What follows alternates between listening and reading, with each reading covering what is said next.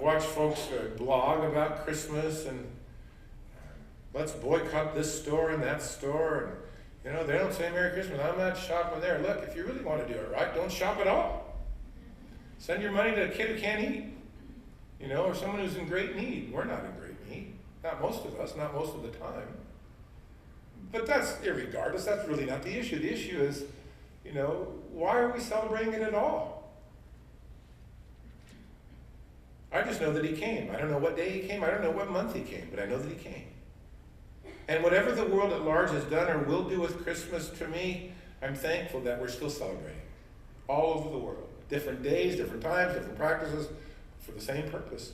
We're going to spread the gospel of Christ. For 4,000 years, the prophet said he's coming. For 2,000 years, we've been able to say he's come. And our very calendar is set to the event. You can ignore it. You can block it out of your mind. You can legislate it out of your national life. But I'll tell you this, God's not going away. He loves you still. His purpose is to save. He wants to spend eternity with you. But it's going to require you celebrating Christmas one time for the right reason. Because then you'll recognize who Jesus is. And then you'll give him your life. And then you'll say, here are my sins. I'd like eternal life in exchange. Thank you for standing in the gap, in my place, where I should have stood. Don't be surprised if the lost miss the glory of Christmas and they embrace reindeers and Santas and presents and gift wraps and frustration and credit card debt and family strife and scheduling problems. That's coming with the way that they want to go after it. But for you and I, there's only one reason to celebrate. Jesus came for us. And without him, we have no hope. Now, you might think that, today a lot of people miss Christmas for a lot of different reasons, but the Bible gives to us tons of reasons why folks miss Christmas. And I want to point out to you 4 or 5 of them just real quickly here in a couple of places that maybe, can hit home with you or just kind of encourage you to pay attention. We'll begin here in Luke chapter 2, verse 1, where we read the words, "It came to pass in those days that a decree went out from Caesar Augustus that all of the world should be registered. And this census first took place while Quirinius was the governor of Syria. And so everyone went to be registered to his own city, and Joseph went up from Galilee, out of the city of Nazareth into Judea, the city of David, called Bethlehem, because he was of the house and lineage of David. He came to be registered with Mary, his betrothed wife, who was with child.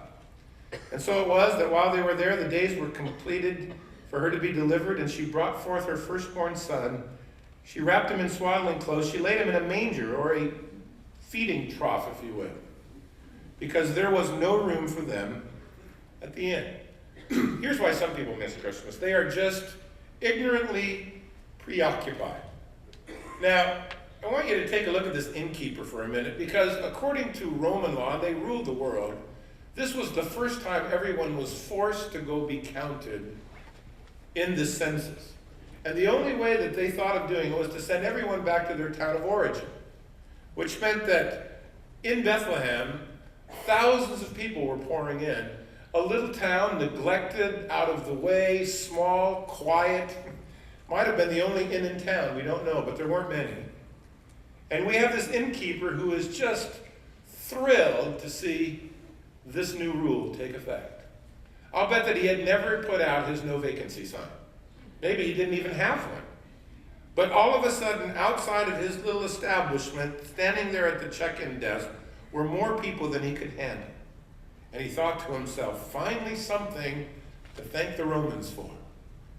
And he just started signing people in, and I'm sure he was jacking up their rates, and whatever he could get. And who would have expected this kind of business? Man, if this continues for just a few weeks, I'll make everything I need to pay for the year. I gotta get it now. Sounds a little like Christmas today, doesn't it? Was this guy hostile? No. Was he an unloving man? I doubt it. Certainly he wasn't an unsympathetic fellow. He had lived in a little town amongst people for years. But I'll tell you what, he was so busy making dough, counting the checks or whatever he was doing, that he was willing to turn away a 9-month pregnant teenage kid and say, I don't have any room for you. That's busy. Where should we say? I don't know. Well, could you help us? I mean, she's ready to pop. Sorry. Busy. Can't help you. Don't know what to do. He was simply caught up in the busyness that the time brought to him. And I suspect that before the census time, being the owner of an inn in Bethlehem didn't make you a wealthy man. It just, got you by as a family. But I see people today that run around at Christmas time and schedules get so hectic. It isn't joy. It's almost a daze for people. There are these needless pursuits of this list of important things, and it just takes up every minute of my time. And by the time Christmas is done, I'm saying, I guess, oh, good riddance. I want a vacation for my vacation. I don't know if I can do this again, How many hours have you dedicated to a list of making gifts?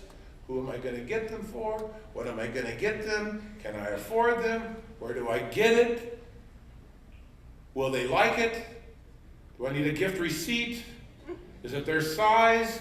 I don't know. Oh, Christmas, And then you got the dash to the mall in the car. I watch those people tonight. And then the wrapping and the packing and the driving. And then you got to mix in the Christmas party and the family plans for dinner. And it soon becomes, apparent that, man, you can be so busy.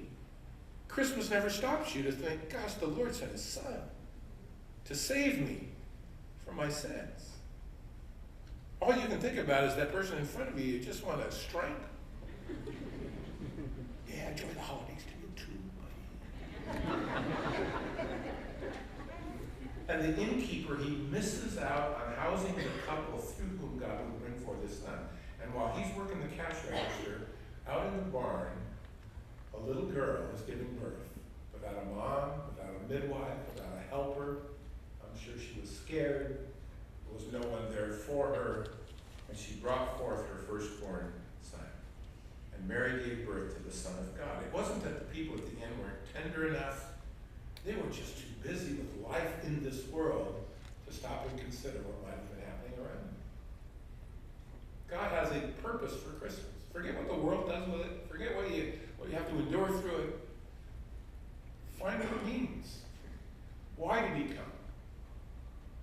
In Matthew 2, which is the other place hopefully you're holding or have marked, we read in verse 1, now after Jesus was born in Bethlehem of Judea, in the days of Herod the king, behold, some wise men from the east came to Jerusalem, and they said, where is he who has been born King of the Jews? We've seen his star in the east, we've come to worship him. And when Herod the king heard of this, he was troubled, and all of Jerusalem with him. If the innkeeper was just too preoccupied and ignorant to the fact, Herod is a guy who willfully and purposefully goes out of his way to get rid of this good news. The arrival of the Magi at his palace in Jerusalem, as you read here in verse 3, troubled him greatly. Herod, if you know anything about Roman history, was a political madman. If anyone threatened his throne, he killed them. He was all about power. He was all about rule. It was his way or the highway, and he practiced what he preached. He killed his brother-in-law. He killed several of his wives. He killed every one of his sons because he didn't want them vying for the throne. When he was sick towards the end of his life, he gave an order in Jerusalem that when he died, all of these very famous and well-liked people in town should be killed as well, so that there would be grieving upon his death. Fortunately, when he was dead, people went, hey, he's dead. We don't got to do that. But this is the kind of nutcase that he was.